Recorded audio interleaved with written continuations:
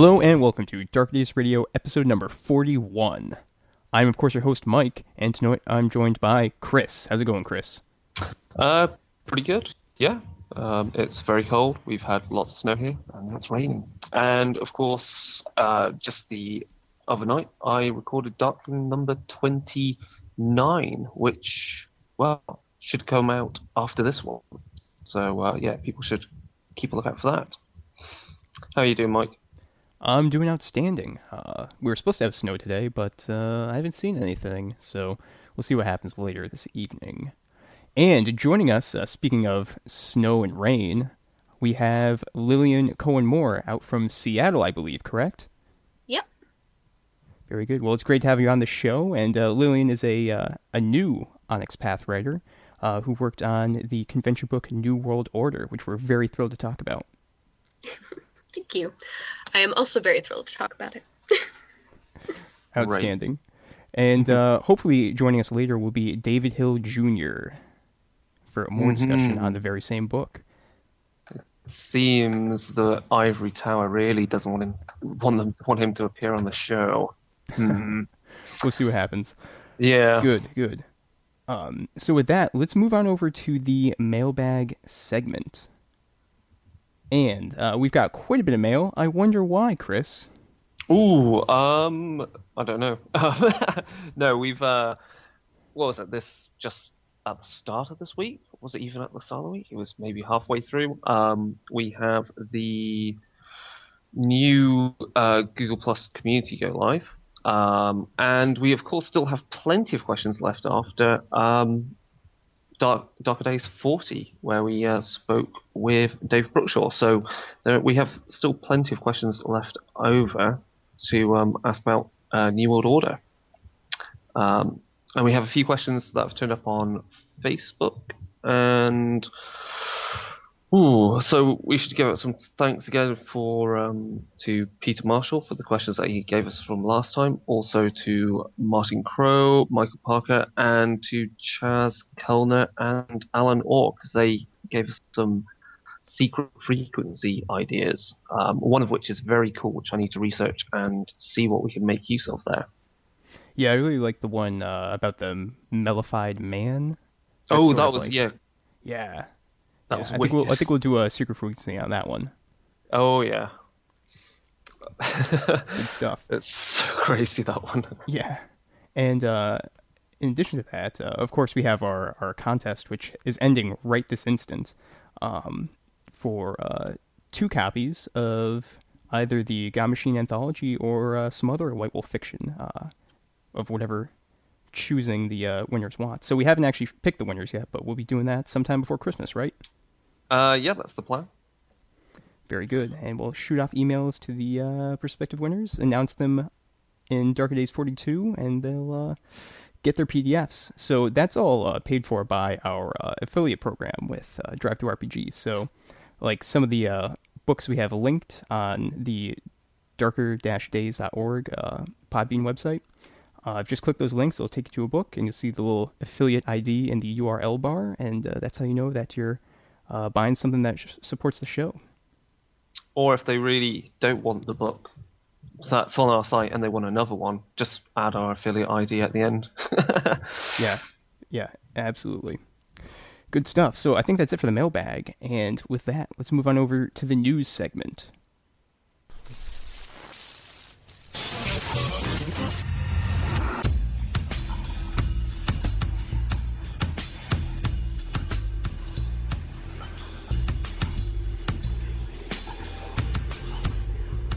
All right, so let's talk a little bit about Darker Days news before we get on to the White Wolf stuff, or Onyx Path as well. So, yeah, as Chris mentioned, we now have a Google Plus community, which is just Darker Days Radio on Google Plus. A great place to talk. It's already far surpassed the Posterous page. So, Chris, I'm thinking we're just going to switch all the discussion to Google Plus now. Yeah, including everything from Facebook as well, because, the Facebook page is useful for dissemination because people obviously use Facebook, but I think the Google Plus community is better simply because pretty much anybody related to gaming is on Google Plus. So yeah, just we've got various the community's broken up into different segments. There's just general discussion, talk about latest show, talk about World of Darkness in general, talk about other games because we play other games that feature in our Darkwing shows. Mm-hmm. Talk about past shows. So I think that's really just a placeholder because we've got a lot of obviously old shows before this community existed. Secret frequency. So again, ask us questions about a particular secret frequency or submit more. Then there's the Forgotten Lore segment. So that's so people can discuss each issue of Forgotten Lore, our little fan e-zine that we put out. And of course, if they want to submit stuff, they can talk about it there. And then, of course, events, if we go about organising some Google Hangout, like we did for the big White Wolf writer-developer Hangout madness that we did. As you mentioned, Google Plus has a great community for gaming. It's a lot different than, say, Facebook. A lot of very active writers that you can very easily communicate with, and they're always really happy to answer your questions. So definitely good stuff. And speaking of the Forgotten Lore fanzine, that's put out, or kind of produced and managed by our semi-autonomous group called the Rogue Council. I'm not sure if they've actually introduced themselves at this time, but they've been with us for about 6 months now. And one of the leading members, of course, was Adrian Stagg. And he just told us this past week, as he finished up Forgotten Lore 3, that would be his final issue. So we'd really like to thank him for all his hard work over the years. He's been podcasting for actually 3 years now. He started off with the Mirage Arcana podcast, and he's been helping out with Darker Days as long as it's been out. Good stuff. He's been on 2 full Darker Days episodes, number 16, talking about Changeling the Dreaming, and number 22, where he sat down with me and talked about the Giovanni Chronicles, number 1, The Last Supper, as well as a plethora of Darklings, as you've been listening to recently. I'd also like to bring up that Adrian holds 2 Darker Days awards. So he has the Strangest Place to Listen to Darker Days, which was in a maternity ward, as his 3rd child was being born, I believe. And he also has the Best Attempt at Darker Days publicity, where he went to the Sydney Opera House and tried to get them to play Darker Days radio on a loudspeaker. Unfortunately, Unfortunately, it didn't work out. So good stuff. We'd really like to thank you for all of your assistance over the years, Adrian. We really appreciate all the hard work. And good luck in the future. Good luck with your PhD as well. Yeah, I can't remember what he's doing a PhD in, but I completely sympathise with his workload at that end of things. So yeah, he'll be sorely missed as we are rejigging things for Forgotten Lore, so we can keep up the excellent standard that he helped establish. The final piece of Darker Days news, of course, is that Mark Hope just got married. Former host of Darker Days. Congratulations. And while I'm sure there's a lot of people raising drinks to your happy future, I personally know that dice are your true vice. So I'd like to offer a roll of a D10 for your happy future. Congratulations, Mark. Yep, and that's it for Darker Days news, so let's move on to White Wolf news. Since we've had the last episode come out, there's been a lot of stuff from Onyx Path. Of course, the God Machine Chronicle anthology is out, as we kind of discussed the last episode. Conventionbook New World Order just came out. Congratulations, Lillian. Thank you. It is very, very good. Very, very good. It's very, very good. Long time coming, and it's great. Yes, and we'll be discussing that more in the coming episode. And of course, we've also got The Silent Knife just came out, which is the new Vampire the Requiem novel. Yes, I have. I think I read some of it back when it was serialized on the website, so I haven't picked up my review copy yet because I simply have other things to read right now. But I will try and get hold of that. And it says in our show notes that Mummy the Curse is just a little bit closer to actually finally getting to Kickstarter, so that'll be pretty cool once it finally gets there. Yeah. So I think, did Rich say he's actually, or someone's actually seen a the first kind of like physical copy to kind of like go over how well it's just been printed out and so forth. I think it's close anyway. Yeah, It's yeah, really they've at least got the close. first proof. Yeah. So I would expect the Kickstarter wouldn't be out until after Christmas and the New Year, simply because they probably don't want to have a Kickstarter going on through the holidays. That would be crazy. Yeah. Cool. Oh, and something that's missing from our show notes, which is very interesting, I pointed this out to you, Chris, is that in the Atlanta by Night convention for White Wolf and the guys, Okay. they had the first information out for Demon the Triple Question Mark. Oh yes, they did give a bit of information about how really what was it? Kind of like just the idea of how these demons and of course angels work into this kind of the mythology that they're building up to do with the God Machine. So yes, it's I mean obviously what information there was a very small amount, but it's there. So people should check out that discussion panel on YouTube. Indeed. I guess we can put that in the show notes somewhere. Yeah, I'll put a link in the show notes, which links directly to the correct time where Russell Bailey reveals the tantalizing secrets. Good stuff. I think that's it for White Wolf News. And with that, let's move on to our first interview with Lillian Cohen-Moore. Classic World of Darkness. Hello.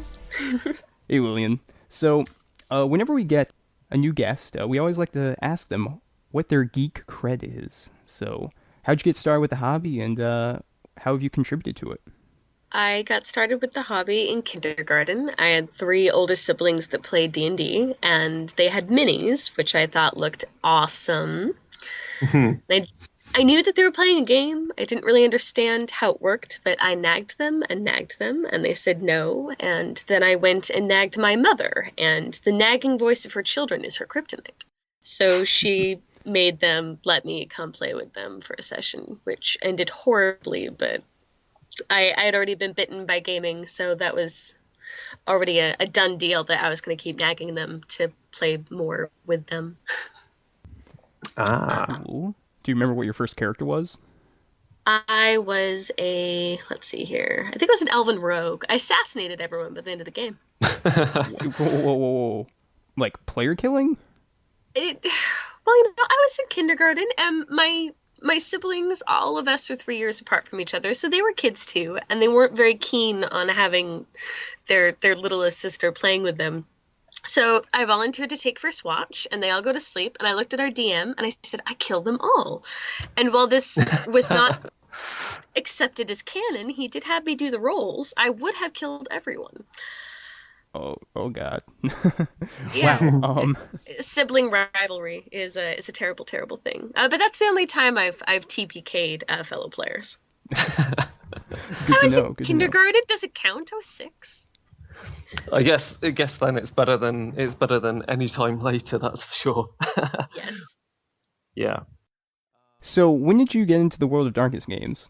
that's the I was question. 12. Okay. I was, let's see here, a few years before that, the World of Darkness games had started to come out, and I was like, oh man, I am all over that. And my mother went, well, you're not really old enough to go LARPing with your sisters, so wait a few years. And I waited a few years, and we moved, and my Uncle Damon was huge into the White Wolf games when I was a kid. So he volunteered to run a game for me and my sister and her friend Erin, who, like my sister, was a young budding gothlet, and my brother. So we had a weekly Vampire the Masquerade game for a year and a half, I think. And that was where I really got bit by White Wolf. Excellent. So you have an elder brother and sister then that have been involved in 2 gaming sisters. for quite a while. Oh, sisters. Sorry. Yeah. Okay. Yeah, 2 sisters, 1 brother. Okay. Yeah, that's kind of cool because I mean that's obviously I see that a lot with a lot of the hobby as it is. A lot of people get into it via elder siblings already be involved in the hobby, whether it's wargaming or role play games or anything. It always surprised me how often more people are actually into the hobby than you sometimes realize. So in my case, my older sibling was never into that type of thing, but all my cousins had already at some point played a tabletop war game. And so it was kind of like, oh, okay, cool. So you said your uncle then was into the World of Darkness games quite heavily, and you said that I think I've read on your blog post about the New World Order book that you basically said to him that the book that he showed you was the book you would want to write a book just like that in the future, and you now finally have done. Yes. Yes. And so, what kind of where was your first break into writing for anything gaming related then? Because of course you already have quite a lot of writing related to the hobby and other kind of, I would say, geek culture type things as well. Mm-hmm. So where was the first break into kind of either writing for gaming or writing for anything else kind of related? Well, I'd say that the closest related break I've had for writing about games was Geek Stream Girl, who she came to me, I think it was last December, and said, "Hey, do you want to come write a weekly column for me for 2012?" And I said yes. There was more happy profanity, but I try to keep these things clean. And maybe some jumping up and down as well.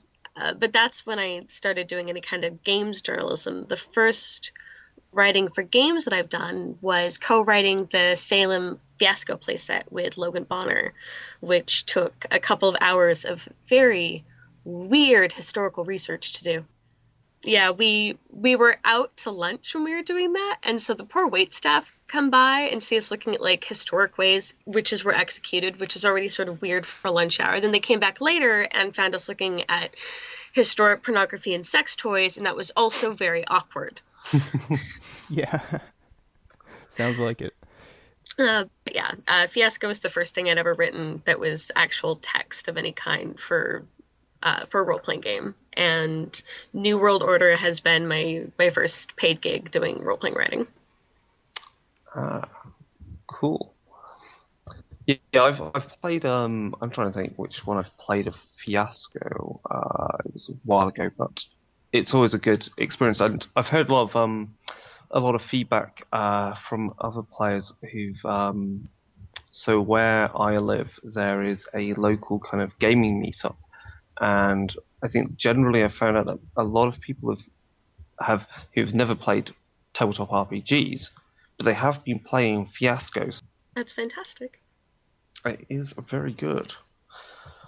So New World Order is the big thing then for you, and it's a great book. And Mike, do we want to go straight into that, or sure, why not? Yeah, I always ask this with different books: is what was your Lillian? What was your kind of like your main objective as a writer for yourself to achieve in writing this book? Kind of like what kind of content did you want to kind of target, or what kind of feel did you want to get over with the book? Because obviously a lot's changed since the last book was out. Iteration X book was out back in 2003, 2004, and before then Guide to Technocracy was when? I can't remember the date on that one, Mike. Conveniently I have it right here, so I think it was 1999. Let's open this bad boy up. 1999. Yeah. So what was really your main objective with writing for this book then, Lillian? Well, I think the first thing... All right, before I figure out how I'm wording this, is this a clean podcast? I should have asked earlier. Okay, all right. I will just sidestep that neatly. People read me on Twitter. They know about me and F-bombs. The top of my goal list was not to screw up. I've been reading games and playing games my whole life, and it is so easy to just really, really missed the mark with a game text, and I didn't want to be that guy. But secondarily to the, oh God, I really don't want to screw this up. This is my first paid gig. I wanted to take all of that love I've had for Mage since probably junior high and put it to a really good use, since this is the first Mage book that we've had in ages, and I wanted my part to be good and to make people feel like waiting was really worth it.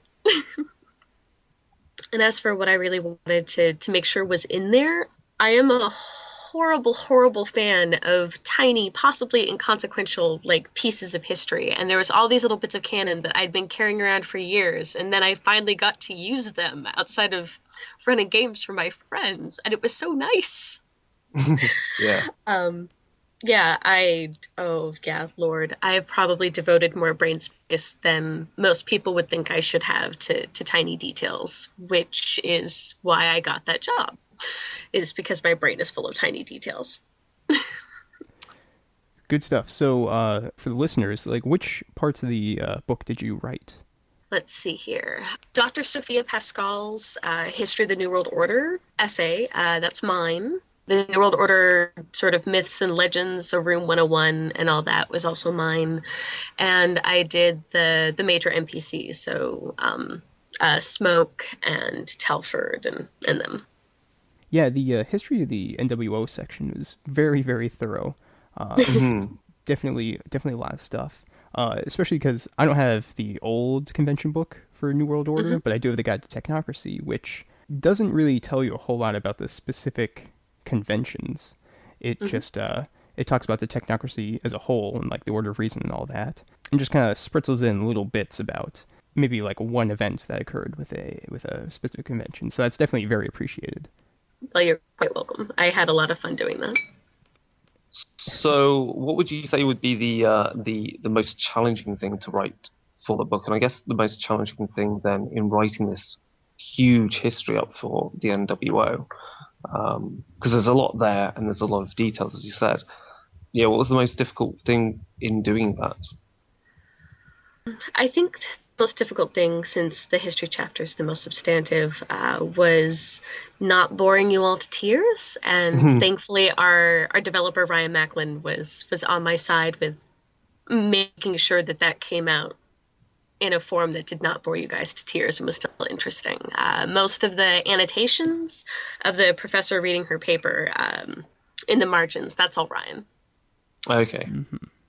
I think the one thing that's important, which comes from obviously having this huge, having the entire detailed history of the NWO then, is, in your mind, how do you think the NWO has changed since we kind of last saw them maybe 8 years ago, or back with the Guide to Technocracy? Because a lot has happened, and we talked about some of this with Dave Brookshaw.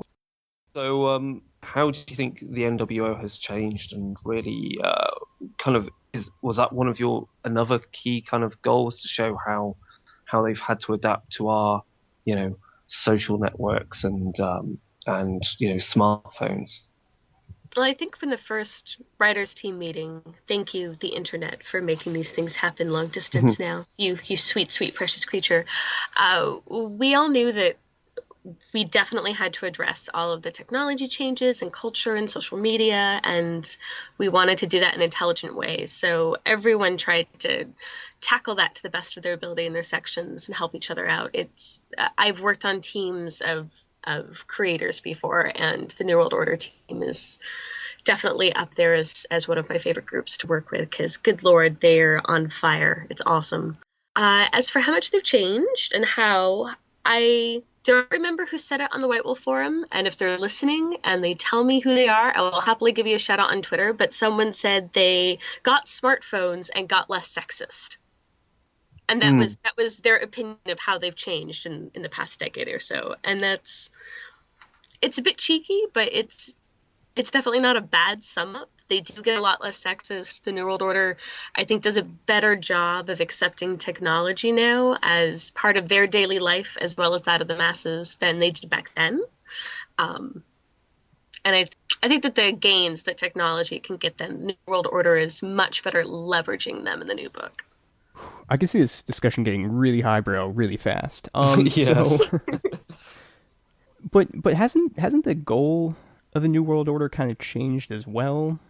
I don't think we're gonna really be seeing like this sort of like Illuminati conspiracy trying to make like one world of government, or maybe that's what they were trying to do, but it's really failing in many ways right now. Yeah, I guess what's your opinion on that? Like, has their overall goal really adjusted in the last decade?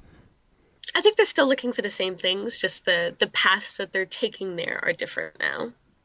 I think that after the sort of cluster of unpleasantness, that's a good thing to call it, the recent unpleasantness, at the end of the last century carrying over into the early 2000s, that the New World Order still wants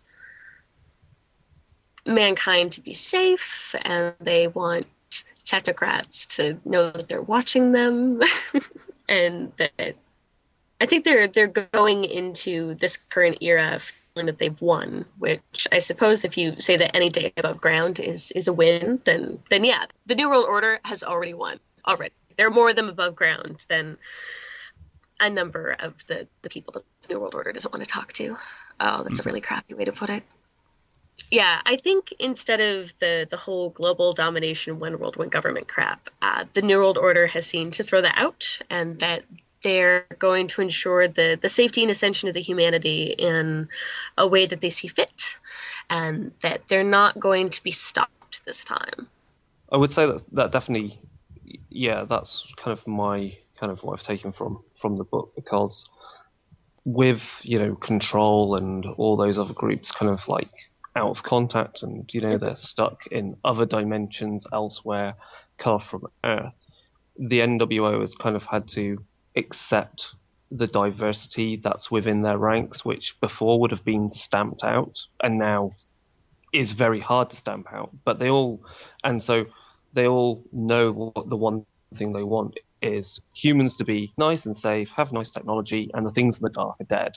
And so they're almost kind of going, fine, we'll do it by all the means that we have at our disposal, which is all fine and well and good to use. But you don't have this kind of monolithic ivory tower approach to it anymore.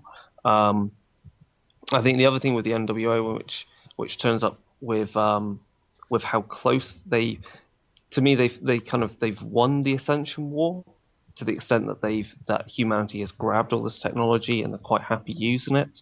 But the thing they've lost is the things that have got through the cracks in their kind of grab for power are the really, really bad things, which can now actually take all their tools and turn them against them. Because I get the very feeling like, all this kind of extremism and technology being used in the wrong ways is not only the traditionalists doing that to them, but also like the Nefandi and other groups. Can we just say I said what he said, because that was brilliant.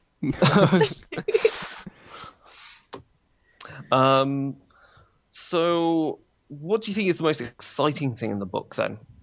Either that you've written or that someone else has written?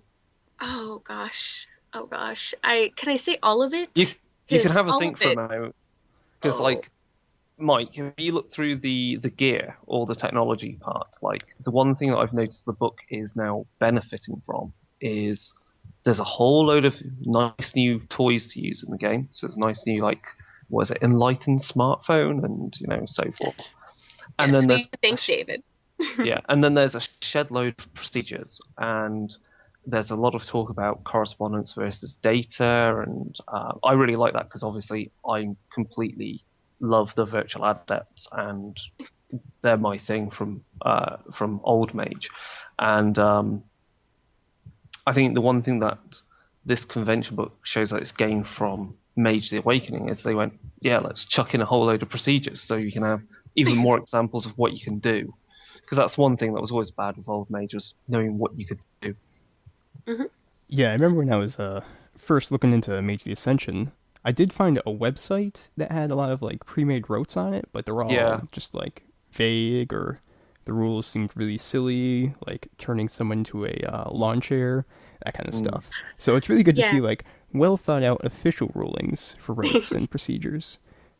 Well, I think one of the beauties of Mage, which can also make it really hard on players in particular is that it's a very, very open system, and if you read through the Mage of the Ascension main book in particular, it encourages storytellers to really take magic in weird, interesting new directions, and if that happens to not always gel with system, it's cool. And for getting things out of that, like useful rote examples and things like that, I think that could be very frustrating for players. Could you outline some of the other sections that other people wrote as well? Because there's quite a few authors on this project. And yeah. Can I remember everything everyone did? Because we're on another book right now, so now I have to think one book back. Also words I didn't think I'd have to say in my life. Let's see here. David, Gears, all the gear stuff, David. So thank him for Enlightened Smartphones, because it may have come out of all of our brains, but David is the man who made sure that, it had stats. Leonard Balsera did the opening and closing fiction. Our developer, Brian Macklin, did Relationship and the Other Supernaturals, all the annotations in Sophia Pascal's paper from the outside reader standpoint. Brian did a lot of work. I mean, aside from making sure that all of us had our act together, he wrote a considerable amount on New World Order. Let's see here. Jeremy Tidwell did a fantastic job with talking about the methodologies, especially the feed, which I, of course, am sure that me being a journalist has nothing to do with how much I love that methodology. The feed is awesome. The feed is awesome. They are the dark mirror to the virtual adepts, and I love it. Yeah, Jerry did an amazing job with them. It was really kind of awe-inspiring to watch that happen. I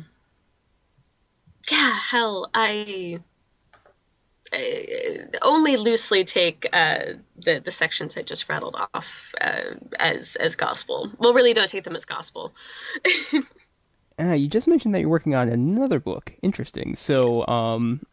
I do have a question. I'm assuming this is one of the next convention books, correct? Yes. Excellent. Now, Convention Book New World Order is kind of introducing a bit of a plot to it, at least with regard to the technocracy, looking at an upcoming civil war, updating what's been happening with the Technocratic Union since all the events leading up to the Ascension source book, which is not technically canon. Do you guys really expect to have like a very specific overall plot, similar? I don't know about overall plot, but similar to like the Requiem clan books, or it's just going to be scattered ideas for the technocratic situation, kind of more similar to the Masquerade clan books from way back when. I would say that those are all questions I would be very, very bad at answering, since I'm not our line developer. But I'm sure that if you hunt Ryan Macklin up and offer him a few minutes of your time or a drink, that he would be very happy to answer them. All right. Fair enough. So, to David Hill, as he is there, ready and waiting for questions, Scott asked us in our mailbag that came in for the last show, and I think we had Dave Brookshaw talk about this as well, was what does it mean to run Mage Ascension in 2012, and what is the Ascension War now? Has it been won, or has the Ascension War simply changed? Well, I would say I haven't run Mage. I have run Technocracy in 2012. I actually kind of consider them to be distinctly different games, and I think we have more or less empirical evidence that the Ascension War has been won. So I think that at least flavored the game that I ran. If I were playing a Mage game, I might say, we're still in the trenches. It looks bad, but no. I was running Technocracy. We have won. There should be banners in the streets celebrating our victory. Why? Because we have Google Maps, basically. So, no, I think that it's at least from a Technocracy perspective, It is a foregone conclusion that if we have not won, we are sure as hell going to. There's not a lot to stamp out at this point.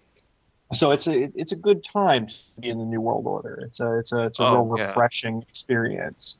It's a proud time. So it's interesting you say that, because I played I've run Mage before. I think, when did I run it? Mage Ascension. It must have been like 1998, 1999 was when I picked it up, because I got into it straight after Vampire Masquerade, and then and so that was classic Ascension War style game. And then through university, I played in a Mage Ascension game, which was again a classic kind of Ascension War style story with traditionalist mages, and I was playing a virtual adept because they are my big thing. But then during my PhD, so we're now talking like 5 years ago, I was playing in a Technocracy game. And I'm like really thinking like, shit, a lot of technology has changed. It's like my NWO Grey Adrian back then would have killed for a smartphone. And I actually had one, really should have had one. And, you know, a lot has changed. And the idea that I'd say like, you know, the Ascension War has been essentially won, I think is a really quite, is a powerful story, because I think that could actually make for really good tradition mage based stories where, you know, you're actually having to put up, you really, that it's really changing the way they're having to fight. And I think that really resonates quite well with the things we unfortunately have in the world right now, with like extremism and, you know, really, you know, the extreme reactions to the monoculture that we now have. Absolutely. On the mage side, I would say that it's there's interesting possibility, because if you are running a game where you consider the war to have been won, the tradition mages, they have to face reality, which is literally the scariest thing that can happen to a mage. Like, their entire shtick is denying what is real in the world and sort of forcing it to conform to their paradigm. So if they are forced to face reality and just acknowledge that that ain't the way it is, like that must be, that is the least feel good possibility in a World of Darkness game, short of, say, Wraith. Yeah. Yeah, I don't know, David. I might have to disagree with you about this whole technocracy winning thing, and I think Lillian will back me up with this. Okay, so when you look at it, and even the Conventionbook NWO kind of brings this up, is the fact that the technocracy is giving this technology to humanity. It's empowering them, and now you have this population which is doing the opposite of what the NWO really wants. And I think that really applies to the other conventions as well. You know, the Syndicate. Obviously, we've had this economic meltdown overall, so that's definitely not looking good for them. So Iteration X, you know, I don't really foresee having cyberpunk cyborgs in the near future with humanity, but that could change. That is a possibility in some ways. With regard to the progenitors, biotechnology has been getting a lot of opposition by these sort of like naturalist kind of people. I know there's a lot of opposition to putting genetically modified things into foods, and there's a lot of arguments about that right now. And then the void engineers, well, they're probably the most unfortunate, because space travel, it's got a really uncertain future right now. The United States really isn't exploring it all that much, and you know, maybe the commercial sector will be able to pick it up, maybe not. We'll have to see. I totally disagree. I disagree on the basis that it's all bullshit propaganda, because no, like, look at it.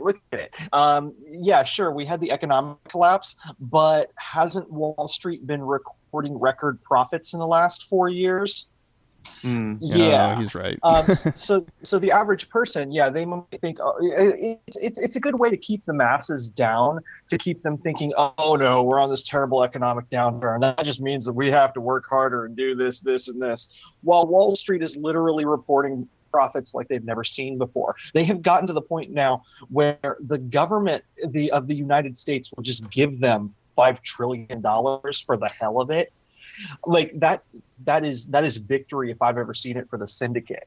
And for the other sides of things, the progenitors, the IDX and whatever, yeah, sure, there's been some hippies pushing back on shit, but California's Proposition 37, which required mandatory labeling for genetically modified organisms in food, got shot down. And it wasn't like a little shot down. It was like a 70% vote. No.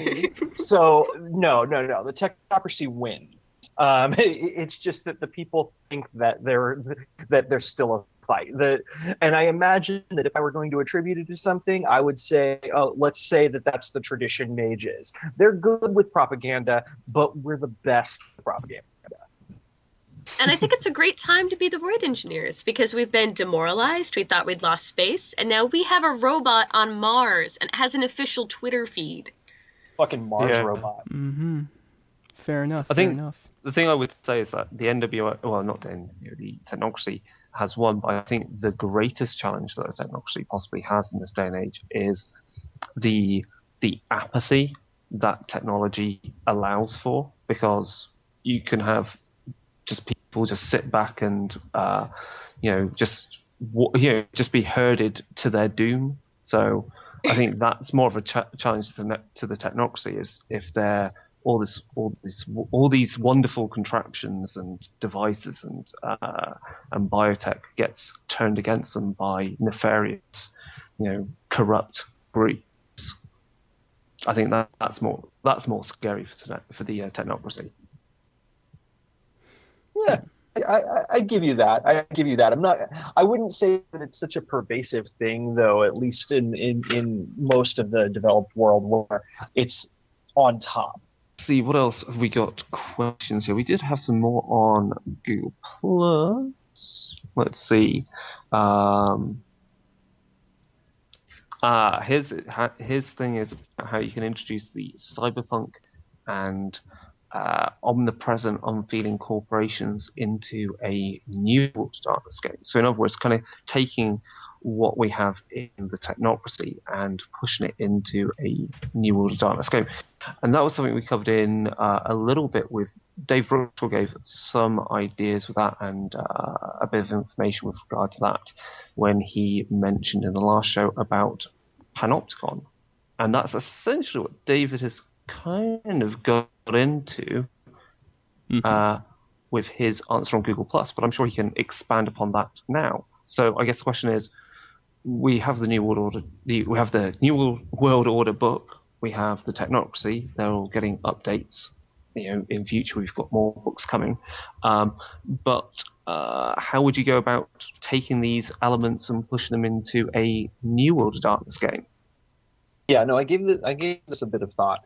I mean, honestly, the support is mostly there. It's at least on my end, because I did like the gear and all the fiddly bits chapters in the New World Order. Okay, you said New World of Darkness?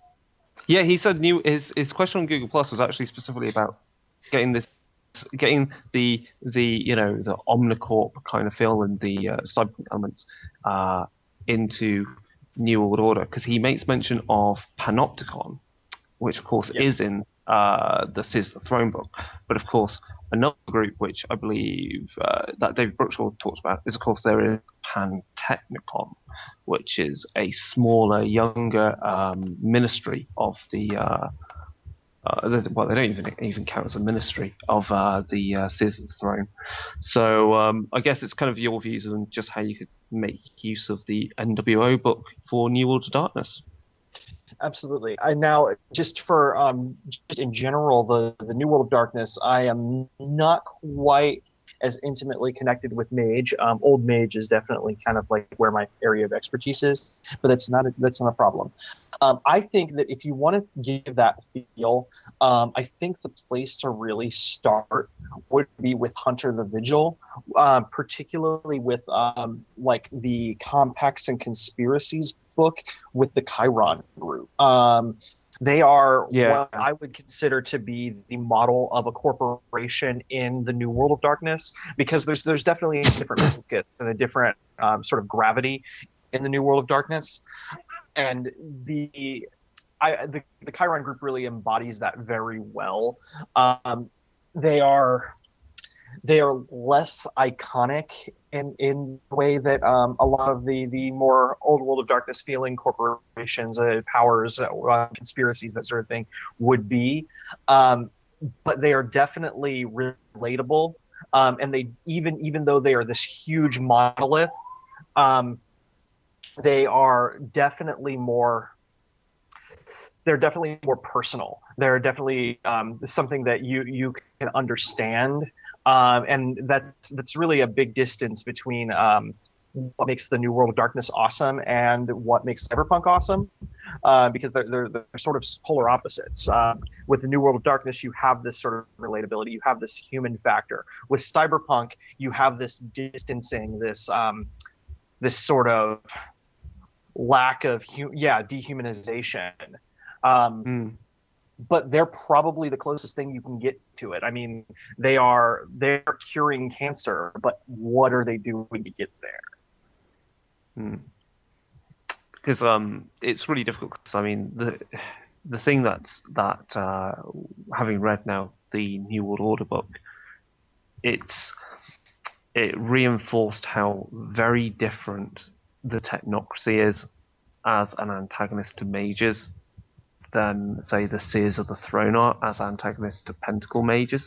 They're very different beasts, because the one is a case of like enlightened science versus magic, and ultimately what the Technocracy wants is actually quite good. It's just, the message gets lost in the firing of ray guns against people chucking fireballs at you, whereas the Seers of the Throne and the Exarchs are complete bastards and should be stopped because they're completely horrible. I mean, if the Technocracy existed in New World Darkness, even the Technocracy would be on the side of mages trying to take down the Exarchs, because the Exarchs are just evil sons of bitches.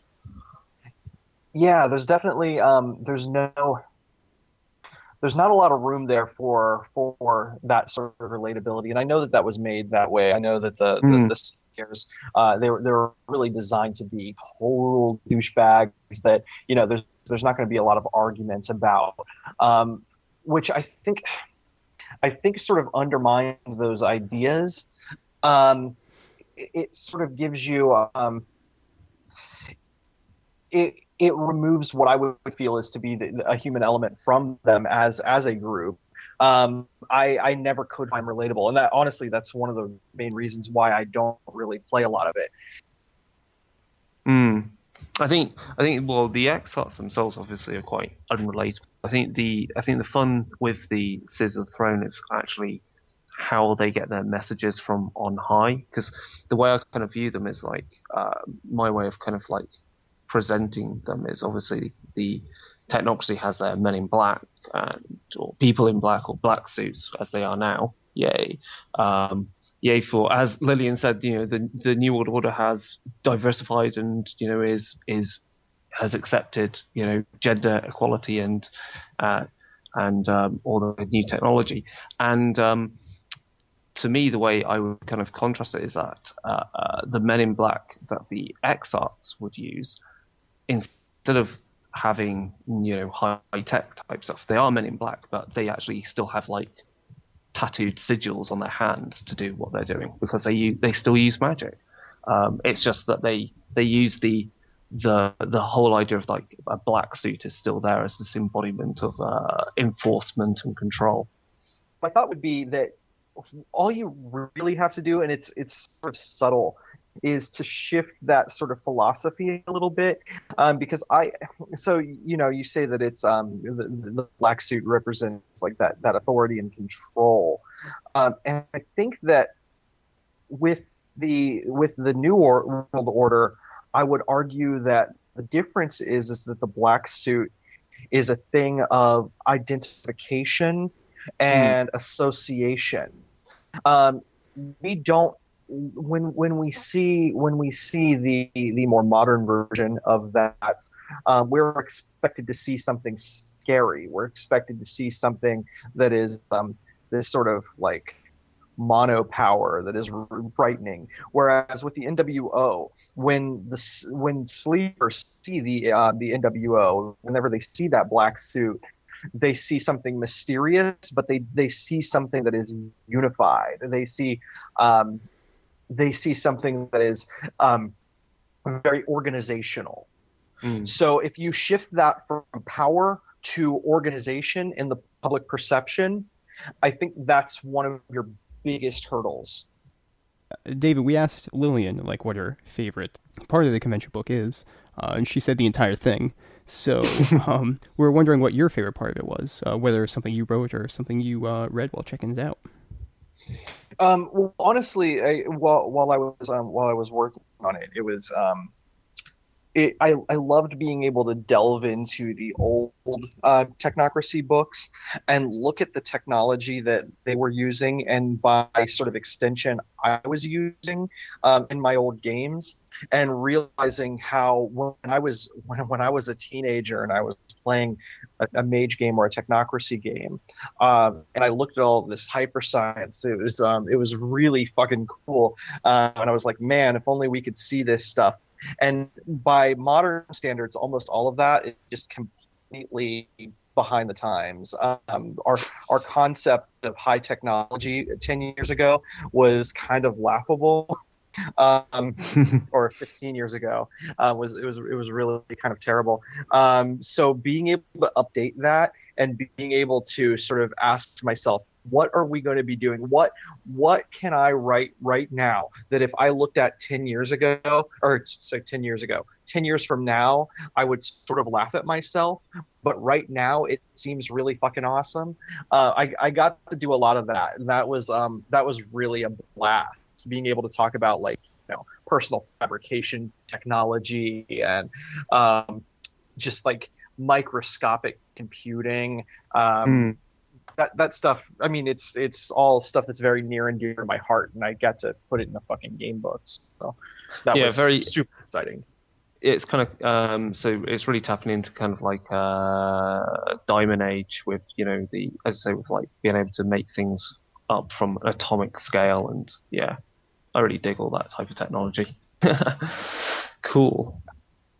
And I think with that, let's move on over to the secret frequency before we move on to further Q&A. It's under the stairs.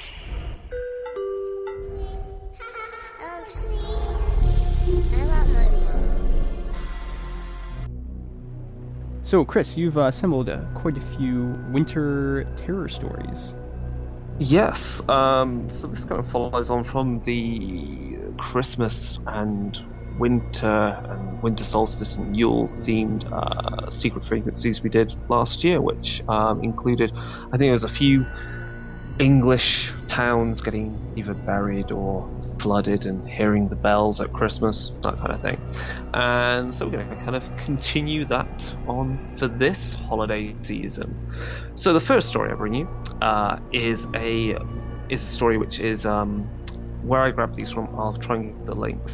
So they classify each of these stories. So the first one is classified under it's a white lady story. So on the 21st or 22nd of December, so the winter solstice, and it's reoccurring at the location of Lower Bosquisle in Cornwall, or otherwise known as Pendeen Vow or Pendeen Fogu. Because my Welsh is crap. If Steve was here, I'm sure he'd do a lot better than me. The story goes that this figure in white holds a red rose in her mouth and turns and walks into the Fogu. Some say to see her will bring misfortune, and anyone foolish enough to follow her, well, no one has done. My immediate thought, just reading that, it's a classic true fae. A beautiful figure, obviously leading mortals into the fog or the hedge to whatever hideous fate. And the fact that it occurs on the winter solstice recurring gives the idea that maybe that location is a verge. Of course, being a white lady, it could be the fact that it's a ghost, and the idea is that this ghost is potentially repeating their final act. So where she's walking to could be off the edge of a cliff and is trying to lead other mortals to a similar doom. Anyone else got some ideas on that one? How you could make it into something to be used in any of the games, both classic and New World of Darkness? I do indeed. Well, actually, in Midnight Roads, there is a kind of antagonist template for a Snow Witch. Okay. So this really just gives you another option to kind of spice that up. I remember while reading that source book, I found it not to be that interesting. The Snow Witch really just kind of attracts some traveler off the road into the snow, and they freeze and die pretty much, which really isn't too exciting. And this kind of gives you sort of a setting or stage to, just kind of spice it up, make it more interesting for your game. I was going to say the Red Rose is kind of interesting because that could actually act as I'm trying to think of the word for it. Is it a memento in Geist? Is that right? Yes, that's correct. Yeah. So that'd be kind of cool. So obviously, I think it'd be an interesting antagonist, or just simply a ghost to resolve in Geist. Another thing I was going to say is, like, some people say they see misfortune. It would be very kind of thematic if before that that unfortunate event were to occur, that there was some kind of ghostly sign that it was about to happen. So seeing red rose petals, that would be kind of cool. David and Lillian, do you have any ideas? I do. I'm going to stay grounded with this one. I'm grounded in the topic. There's a laboratory there. There's a lab out there, and the story is purely fabricated to keep people away, except for the rare few that do happen to stumble there.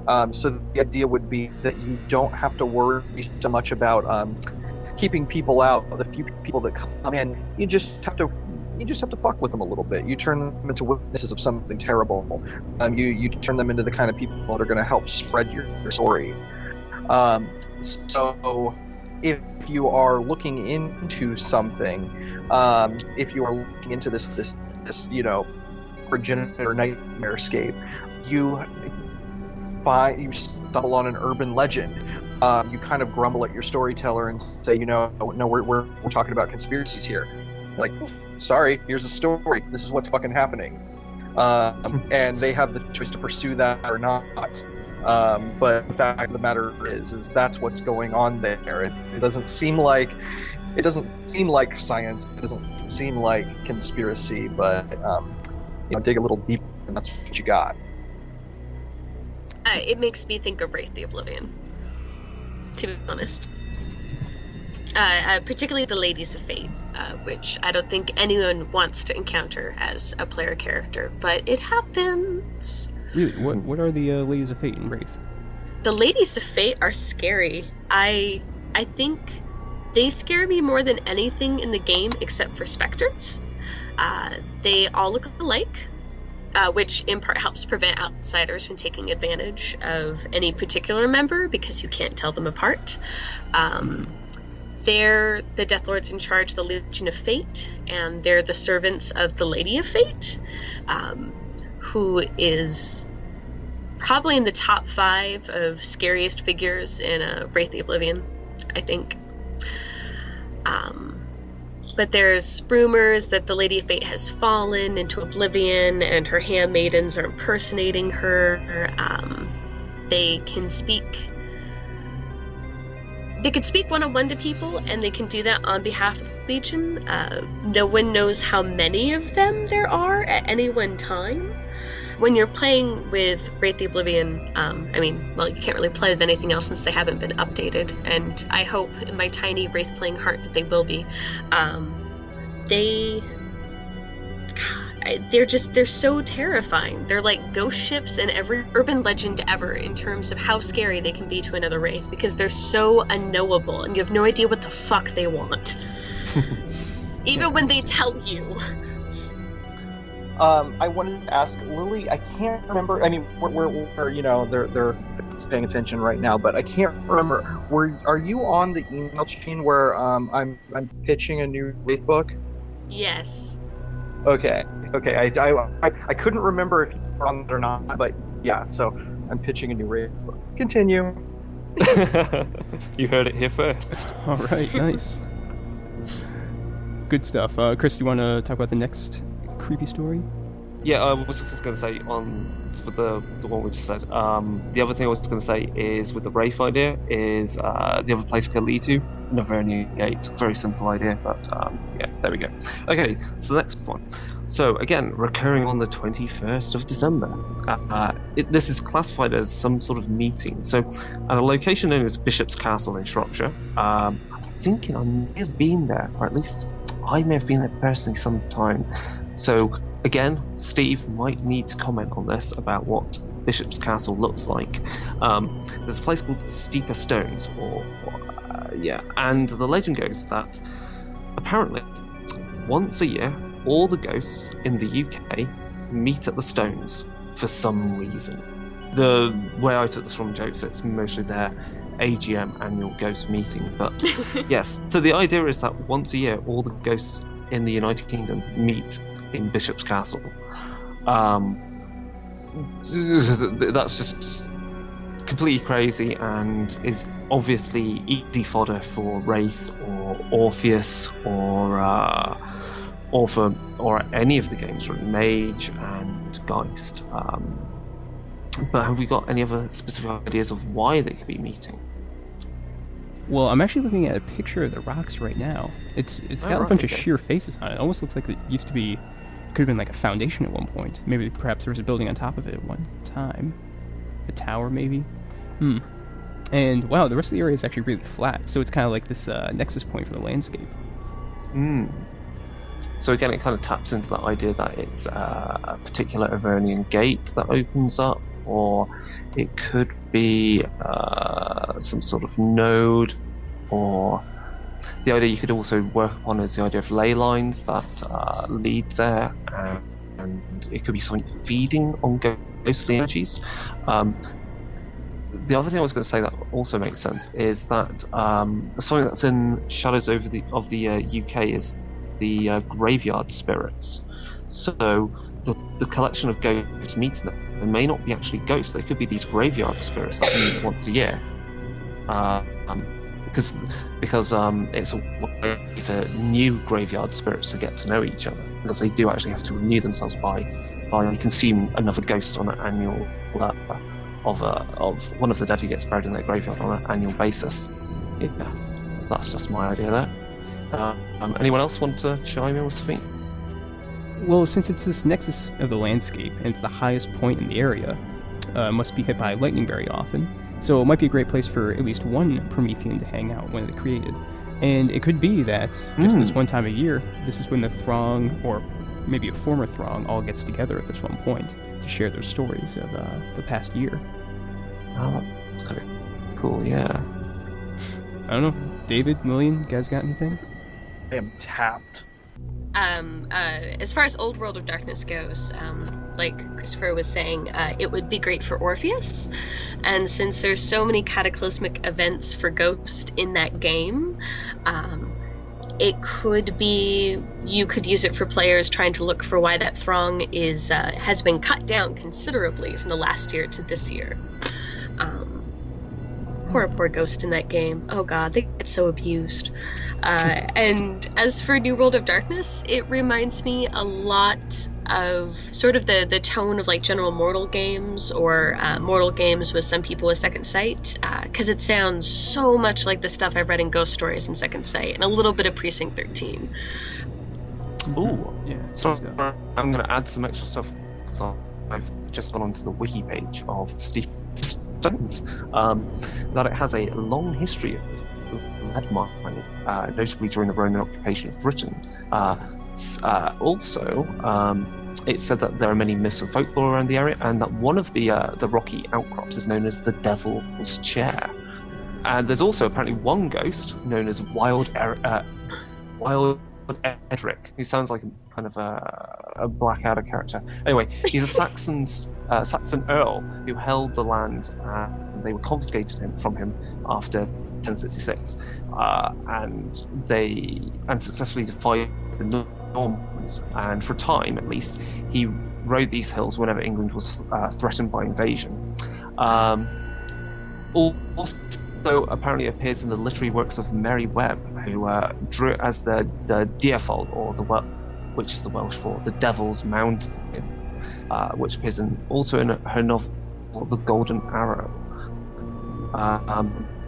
So yeah, the Devil's Chair has some precedence for being used for some supernatural spookiness in stories. So, shall I do the last one then, Mike? Go ahead. So, recurring on the 24th of December, this spectre is classified as a black lady. This occurs in Bradley, Lincolnshire, in the Bradley Woods. Some have said that she is a phantom nun, and by others that she is instead a woodsman's wife. And the local legend says that this woman dressed in black will appear on Christmas Eve if one calls out, Black lady, I've stolen your baby." Yeah, someone else go first on that one while I have a think. It's very changeling to have a saying like that. So again, it's kind of like, Bloody Mary in that style. So again, it kind of fits. Stealing children as well. Yeah. Sounds a lot like a fetter issue for Wraith the Oblivion. What? What kind of a fetter issue? Well, if the baby's body is a fetter, or maybe a baby-associated item. Oh yeah, so in the woods could be actually the body of the baby. Again, that kind of gets into the idea that this could be a ghost that you could resolve, or... Yeah. Yeah. Okay, cool. The other thing you could actually go with is, if she was a woodsman's wife, again, the fetter could actually be the remains of the axe. That could be maybe related to it. Here's an idea. Thinking about the idea of the baby or the body being the fetter. What if the wraith or ghost in New World of Darkness is more attached to like some sort of concept almost, where just the fact that there's a like child's body in the woods somewhere, just it being there is what keeps it stationed on Earth, or keeps it unalive, if you will. Yeah, you're right.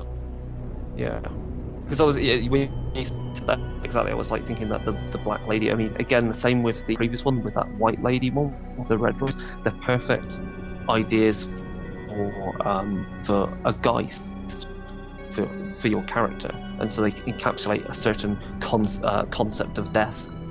Good stuff. All right. Any more comments on this secret frequency? I've got a minor one on that. I have no idea what direction my brain is going here, but that would probably be because of the vodka. I'm thinking Requiem. I'm thinking a bloodline. I'm thinking a bloodline that has a couple of unique devotions, maybe, where they're very tied to an area, a region, and certain words trip them, trip their senses, catch their attention, and can draw them, and so they rely on this urban legend as a source of easy feeding. If they're drawn to a person, the person is, they are either expecting it or not. They're skeptical or they're believing in this. But either way, whenever something shows up, they don't really know how to respond. And so this bloodline doesn't have the traditional effects of the kiss. Their weaknesses is that they cause terrible fear, terrible pain, anguish in their victims. So usually feeding is very difficult for them, but if they wrap it up in this strange urban legend, it makes sense. It gives context to the manner of their feeding. Mm-hmm. That's kind of cool. Yeah, that's really different way to approach with feeding kind of limitations. Cool. I think that kind of sums up wraps up the secret frequency then, Mike. I think it does. And with that, let's move on over to the continued Q&A. World of Darkness 2.0. All right, so we've already pretty much discussed the convention book NWO, and we've got two very fine Onyx Path writers with us. So we wanted to kind of pass along some questions from some of the listeners and ask our own questions about your work and gaming in general. So one issue that's been coming up quite a bit on the internet with regard to gaming, and I know Lillian's talked about this, and I know David has some strong opinions as well, is it really just about women in gaming, some of the barriers and challenges that they run into. So I guess we'll start with Lillian. So getting into being a writer, what are some of the challenges you've had to overcome? Well, I started out in fiction, and then I just sort of drifted in journalism, and then I, by accident, fell into role-playing games.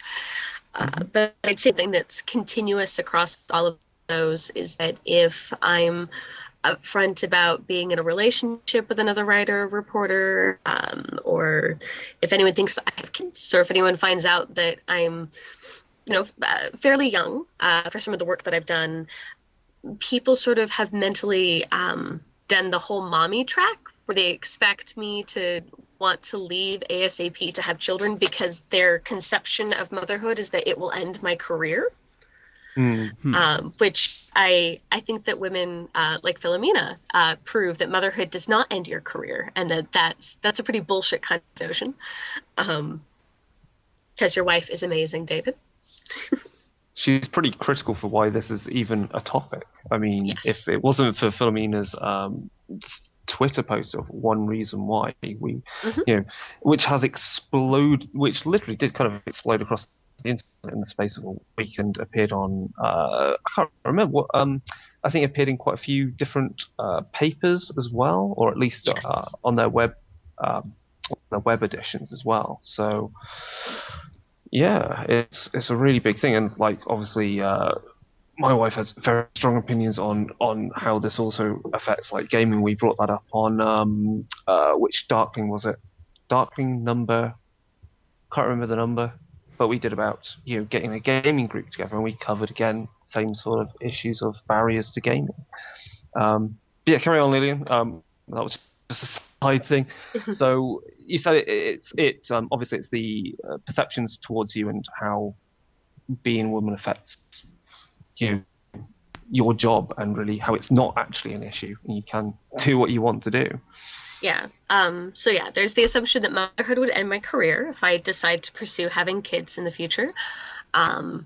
When I first started working with anything associated with gaming, I was a personal assistant for a writer, and she told me that it would be really smart to keep any relationships with other designers very, very quiet, because I would be remembered not for what I was doing, but by who I was sleeping with. And I got that advice from other people as well, which was really shocking for me. And I did admittedly follow their advice for a while. Let's see, aside from that, I get a lot of sexual harassment online, and I don't usually talk about it because I generally try to ignore it, like street harassment. And there are days where there's too much of it and I can't ignore it, and then I unplug Twitter and walk away from my desk for a few hours and wish humanity was better. Whoa. Yeah, that's kind of, I mean, that's I mean, you hear that a lot because I'm trying to, again, I'm kind of a loss for the names, but there was also the, I believe either game designer or a journalist, and she wrote about obviously all the typical sexist tropes that appear in games, in computer games, and again, Anita got in Sarkeesian. return for just stating the obvious. She just gets back a whole load more abuse, and it's just completely, it's just mind-blowingly crazy how that happens. But it's there, unfortunately, and the question is tackling it. And I think that's one of the shocking things. Was I read, you read on some of these news articles on whatever websites, and again how some people seem shocked that this still goes on. It's like, well, how did you miss it in the first place? Because it's still, in my view, it's quite apparent that this still goes on. I think that a lot of people who miss it, either they know people that just don't want to talk about it. I know that until very recently I did not disclose how much I'm sexually harassed, either at industry shows or in online spaces. It I think that at first it takes a very deliberate amount of effort to see it, and then once you see it, you can't unsee it. It's probably the worst thing that you can't unsee on the internet is sexism.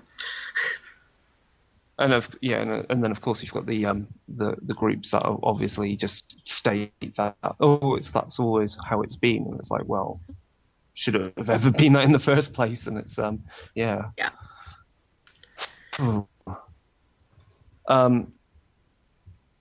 So I mean, David, obviously we need to get Philomena back on the show fairly soon to cover her own work, but I guess I've kind of lost track of where kind of the one reason kind of why I don't know how to describe it, movement, or it's grown into its own thing, and what has it grown into, and what things has it spawned now, and what things has it kind of initiated? There's a few things. The one that I'm most involved in is that a couple of people, I can't remember who started it, but Jessica Hammer was a big part of it. Is that the One Reason Mentors hashtag? We're a lot of people have been putting themselves forward to try to help make that happen, because one of the biggest barriers of entry is sort of experience. If you are a woman looking for a job in games, you're going to look at the requirements, and those are prohibitive.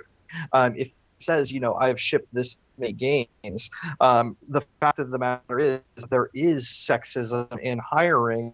There is sexism in the recruitment process. So very few women have these jobs. So if experience is required, very few women are going to be experienced enough to fill those requirements. So it's like this sort of self-perpetuating cycle. And a lot of us are putting ourselves forward to, help in any way possible. I know I'm doing right now, I'm doing a pitch for a reboot of the Vampire Dark Ages line, and I put out an all call, and I basically said, okay, so I have all the dudes I need, which is, I can, right off the top of my head, I can think of like 30 guys that I would love to work with. And I could think of a whole bunch of women too. I'm sort of an exception in the industry in that regard. But I put out an all call, and I said, okay, so women, I don't care if you think that you are not experienced enough. Send me samples. And I got like 70 of them. So there's a lot of people that are out there and that are interested. And I'm going to try to work with that, try to get those people, even because clearly I can't hire 70 people on this job. But like, I want to help them find things and help them make the right connections. Philomena is doing a website. It's actually onereasonwhy.net, where she is going to be trying to put together resources for people who are looking to get into gaming and get past those barriers professionally. I know she has talked to a lot of women in the industry about doing like basically resource videos that are sort of like area of expertise monographs, where they'll talk about one hurdle that they have and one thing that they do well, how they overcome it, and that way it shows women that yes, there are hurdles, but this is how we've overcome them. Gives that sort of air of authority to it. She's got some pretty cool names on there so far. Let's see. It's huge. Like, we had people from Forbes, calling us up. That was really, really strange. And it was Forbes, New York Times, Time Magazine, fucking Mother Jones, and all kinds of video game crap like Kotaku. Yeah, so it's really big, and I think that it's great because it sort of piggybacked off of the Anita Sarkeesian thing. She was a big part of the hashtag thing, and she's kind of an associate of Philomena's at this point. And it's like, Anita got hounded, like she got threats all over the place. people posting her private information and stuff. And the backlash to that was, people are not going to fucking take this anymore. It's nonsense. It was getting worse. And now it's gonna have to get better because we're just not going to accept that bullshit. And so this thing comes up with a hashtag, and just thousands, like there are literally hundreds of thousands of posts on that hashtag at this point.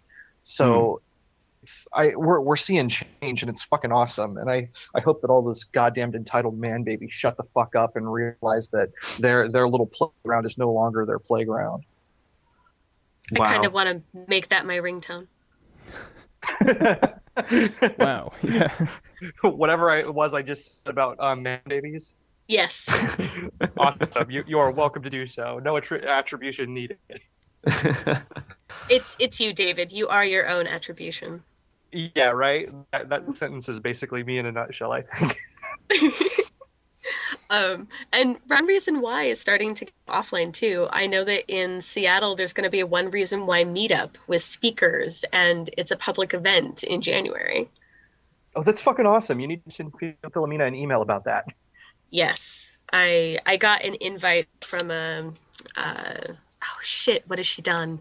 I feel like a terrible person because I know she's done like as if you made the list of games she's done as long as my arm, it would fill that and then go past. No, it's a local. I will write a post-it note and email you and Philomena what I know. Seriously, that's awesome. I can't wait to hear about it. Cool. So we'll move on to some more general gaming themes, because we have some other questions here and some other things. I was going to ask David more about a particular book, Blood Sorcery, because we had Dave Brookshire on, and we spoke about his part, which was, of course, the revision of the Blood Sorcery rules, which obviously seemed to annoy quite a few people who really love their mages far too much.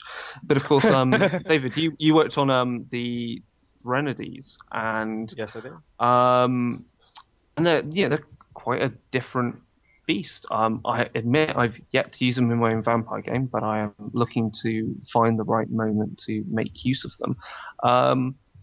Where did this kind of idea for these vampire powers and I guess ceremonies, where did it really come from? What kind of birthed this rather gory way of doing some supernatural powers? Well, what it really came down to is I've been looking at vampire, and I both old and new, and looking at all of the magic that vampires do. And you've got your Theban sorcery, you've got your Kruak, you've got your thaumaturgy, that sort of thing. And all of these things, it feels to me as if when these things were designed, they were sort of ignoring the actual vampiric aspect of it. Like, yeah, sure, they use blood or whatever, but it seems like it's all supposed to feel like, what are the sort of Victorian concept of high magic is or whatever. And, that's all well and good. But I wanted to sort of ask myself, what if magic just came from the beast? What if the devil that, your classic wizard summons, what if that devil was the beast? How would that play out? And from there, it sort of evolved. Rose Bailey gave me the name that she wanted me to use, Threnodies.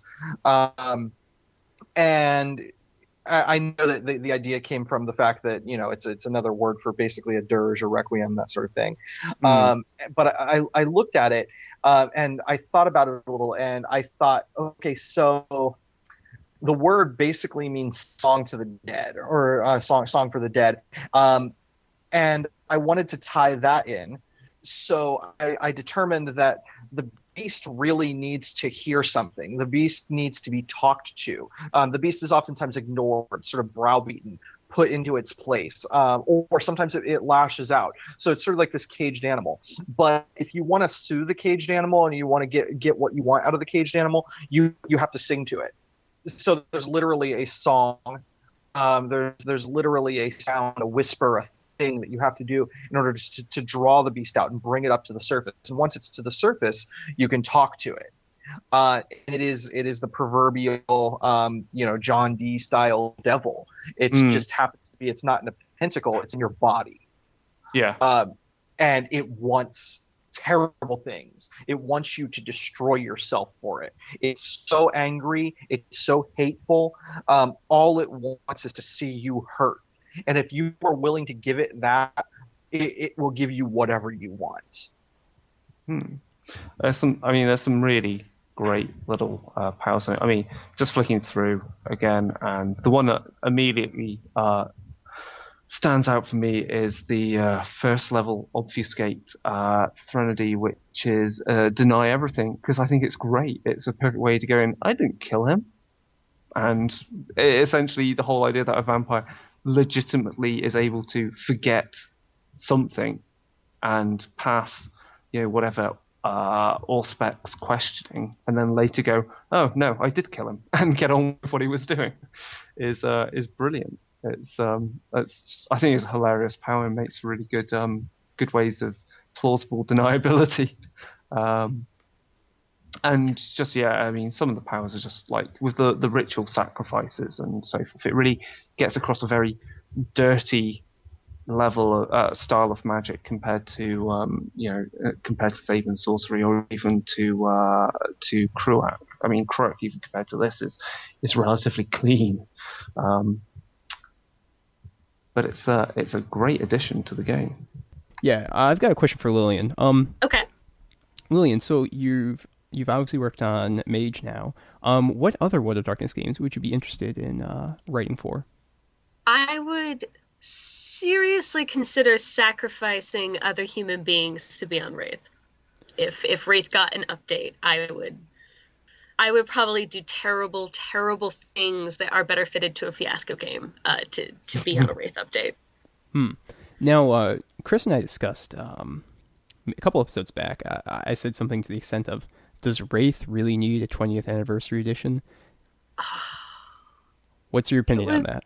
Oh god, it would be so cool if it did. I think something I would be really interested to see is that with us updating older books, we have to figure out the relationship to the catastrophic endgames on the old lines. I mean, obviously, with the Mage update, the world didn't end when the old book said it did. Mm-hmm. And Wraith,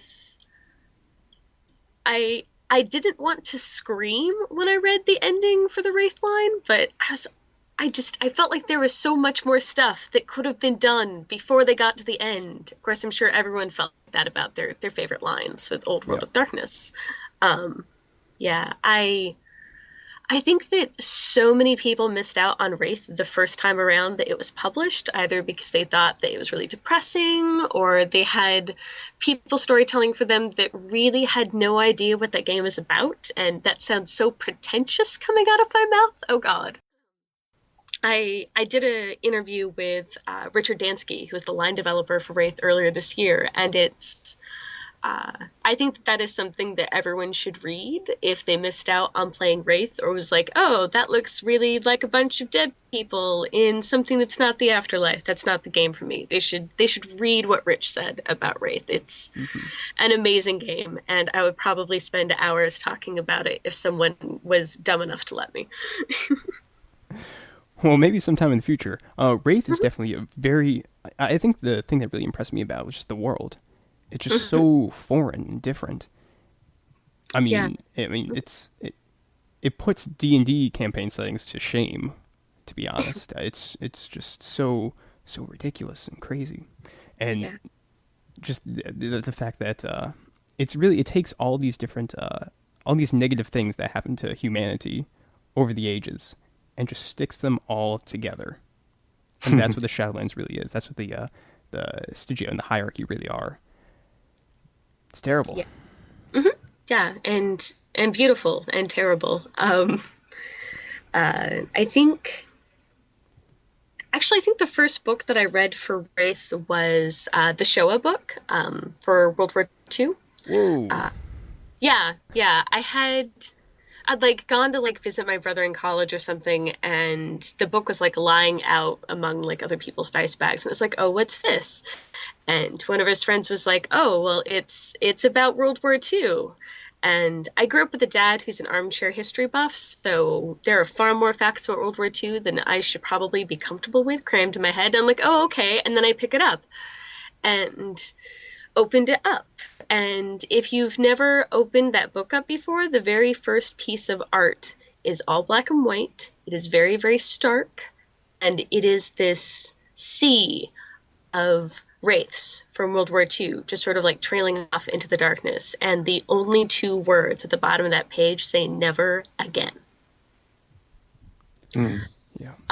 It retains that kind of intensity from those first couple of pages all the way to the very end of the book. It's awesome. I think I blogged about it on my blog about how that was my first introduction to games being way more than just games and an incredible storytelling tool for understanding history and people.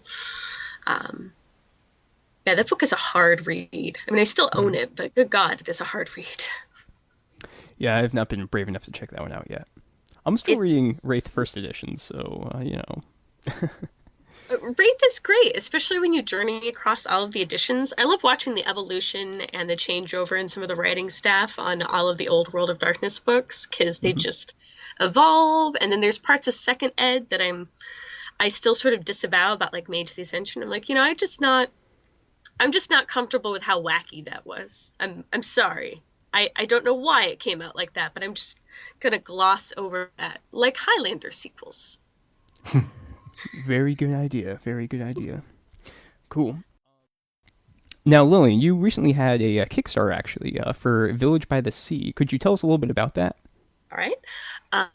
It's a wild experiment on my part. I have a neurological condition called synesthesia, so sometimes one sense will fire simultaneously with others. And I'm a gustatory synesthetic, so most things fire with my sense of taste. So I can taste colors, yellow being my least favorite, since it has the most offensive shades.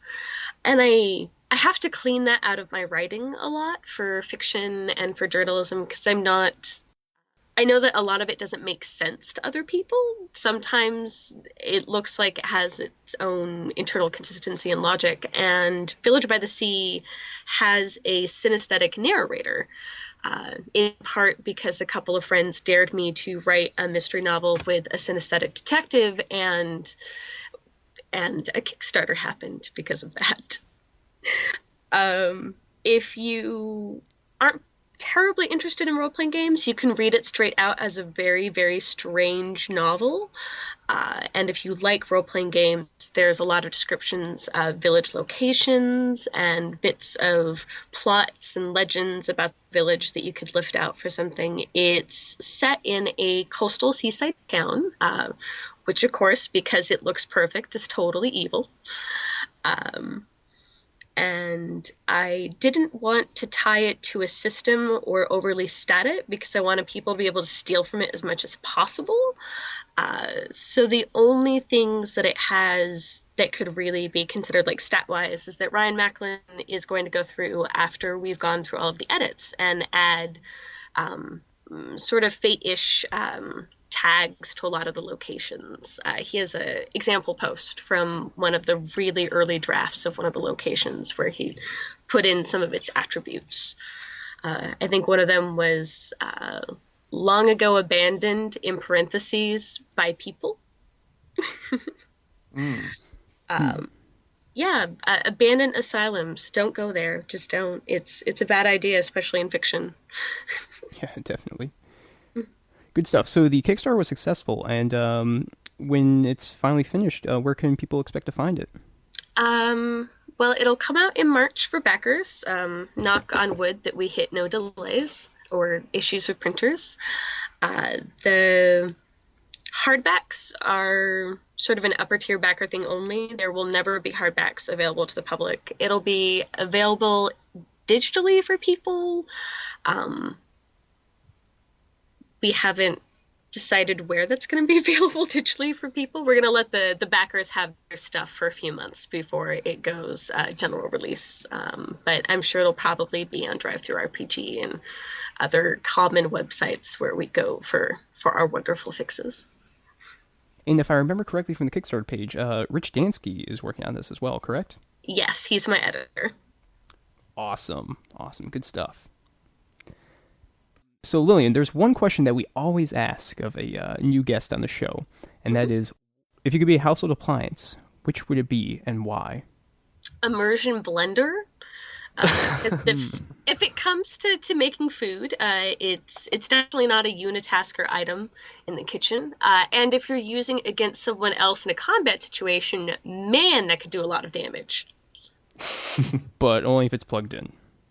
Well, there's. I'm sure that we'll get wireless immersion blenders at some point if we haven't already. The technocracy works in wonderful, mysterious ways. Yes, I'm getting the image of Ash from the Evil Dead movies, but with an immersion blender on his hand. Oh, yeah. that could be good. Milkshakes and shred zombies. Yeah. Yes. All right. All right, Lillian. Well, we'd really like to thank you for being on the show, and David Hill as well, who had to leave abruptly. Yes. I'd like to wish both you and David luck with the One Reason Why campaign. It seems like it's going to be very important and very good for the gaming culture and industry as a whole. So I hope everything goes well with that. Thank you. Lillian, do you have a website that people can check out and get back to you at? I do, and it's super simple to remember. It's LillianCohen-Moore.com. Very good. And Chris, where can people check out Darker Days Radio? Ooh, many places. As we said, we can be found on the Google Plus with our Google Plus community. So just put in Darker Days Radio and you will find us. You can also find us on Facebook, but I wouldn't go there as much anymore. We still have the Posterous blog, but again, just subscribe to it because you'll get updates of when shows are out. We can also be found at darker-days.org, and that'll take you to our Podbean. And of course we have a Twitter, which is of course Darker Days Radio.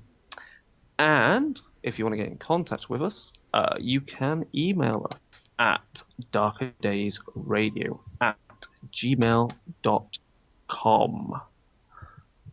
All right. Again, Lillian, thank you very much. Thank you to David as well. And I think that's it for the episode. So, everyone, it's been wonderful. Thank you very much. Good night.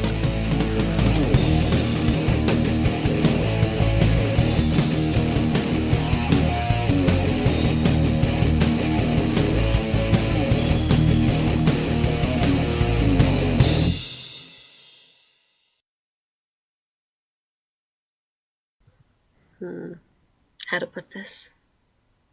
I'm so much better if I have time at a computer keyboard. It's all right. We can do fancy editing. Don't worry. Ooh. So nice. take your time. And think. Again, technology is on my side. Yes.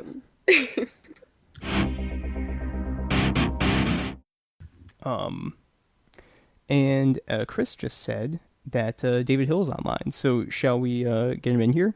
Fantastic. Yeah. And then just pretend that he's been here the entire time? Of course. Yeah. Do I have to add him to the call? I think you do. Crap. All right, I'll figure this out. Come on. See, a virtual addict would have done this immediately. Yeah, well, this is me not knowing how to use Skype at all. Yeah, hold on. Let me just see. Sweet. All right, conversations add people. Yes. Yes. Yes, David I could Hill. have done it as well. Huh. Add. Bam! Got him. Wait, did anyone talk to him and be like, hey, we're in the middle of the show right now? Yes, I did. I did ask him. Oh, okay. Because I want to make sure that I'm not just randomly inviting him in. He's going to be like... But that would be beautiful. It would be. Him just being like, hey, what's going on, guys? You could always do that for an April Fool's episode next year. Just randomly invite a guest. They don't know they've been invited. Yeah, I don't think that would go over well. Well, depending on who you call.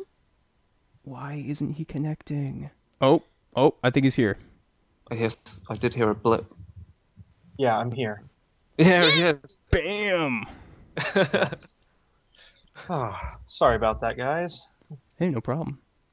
Yeah, had a hard night. My oldest girl has a stomach flu, so it's a white Ooh. Russian for breakfast morning. Fair enough. Fair enough.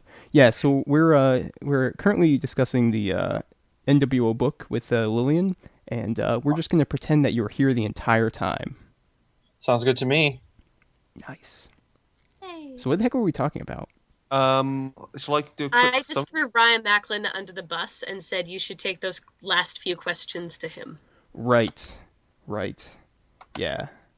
Okay. David, do you have like the? Are you prepared? I'm sorry. We don't really want to like rush into this, but Yeah. No, I'm pretty well armed. excellent. This is going to be the best Darker Days episode ever. I think we least should my just keep all this in.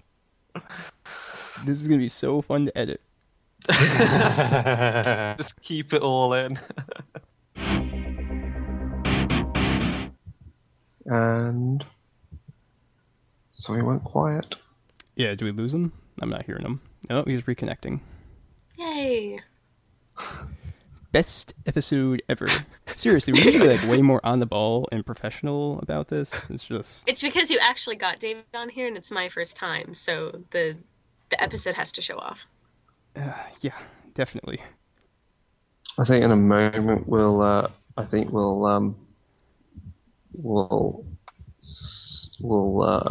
draw a close to NWO discussion and do the secret frequency, and then move on to just more general stuff because Yeah, of course we'll have all the general questions like Lillian because we've got like about Village by the Sea.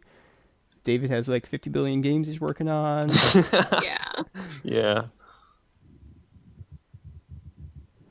Best episode ever. I'll try to add him again. That's cool. Guys, playing any World of Darkness games?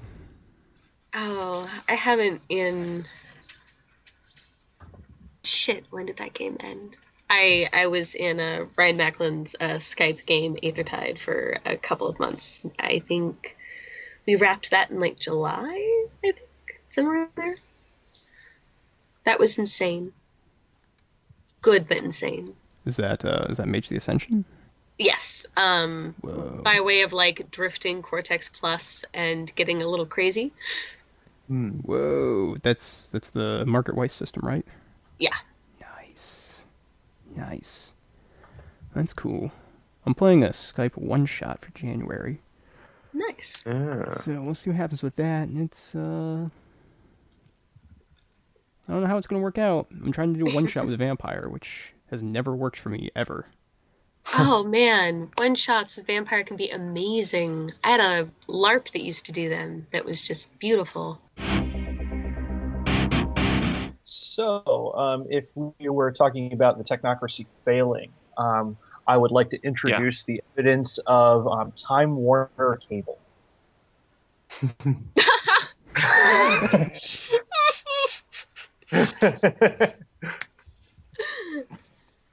Yes, the tradition mages. That was the virtual adepts. They got a little pissy. So, and if we wanted to counter argument and say that was evidence of the traditions losing, I got the fuck right back on. That's a big fucking deal. I think David just disconnected again. No! Oh, the little bubbles. Oh, Okay, well, we can always we'll just see if that happens. I'm trying to think which is the next. So, if I'm right, the next New World Order book, Technocracy book in the works is the Progenitor book, isn't it? That's what I know from. Yeah, cool. I'm actually really disturbed that David just brought up that proposition failed in California about the genetically modified foods, because I have a peanut allergy, so I really want them to say that there's peanuts potentially in here. Like, I don't have an issue with genetically modifying. That's cool and all. Just want to know that it's not going to kill you. Exactly. Best episode Apparently, the virtual adepts really have it in for David today. Well, he's working on Technocracy books. Yeah. You should be updating virtual adapts or something. You should be getting your firewall set up properly, None of this hacker shit going on. Maybe David's computer is a Gibson. I hear hacking the Gibson is really easy. Yeah, he needs to get one of these non-Fourier transform based biocomputers running. Yeah, that's why I really dig. Lillian, that's why I really dig anything New World Order and Technocracy type stuff and virtual adapts is because I'm actually a computational chemist, so it's kind of that's my awesome. bread and butter is computers and simulating things and programming. Yeah, which explains a lot. What other questions have we got? Did we have on here? If we see if David does come back on, I guess the other thing we would be going into is the other projects that you are working on that are non-World of Darkness, non-Onyx Path, then, Lillian. So that covers, if I just bring up...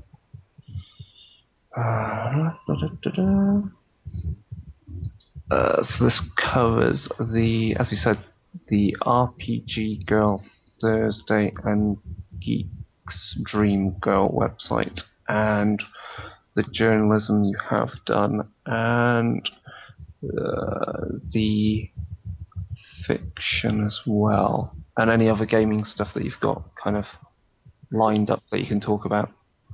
Because obviously we try and squeeze everyone for every ounce of information. Like last time we were trying to ask Dave as much as we can about Mummy. And he said nothing. Nothing. Yeah. And then we have David Hill here who's just like, yeah, send no pictures for Wraith, send no pictures for Dark Ages. Trying to hire writers for my pitch for Dark Ages. Yeah. That's okay, cool. We're going to be without him and carry on then with questions and then finish up then.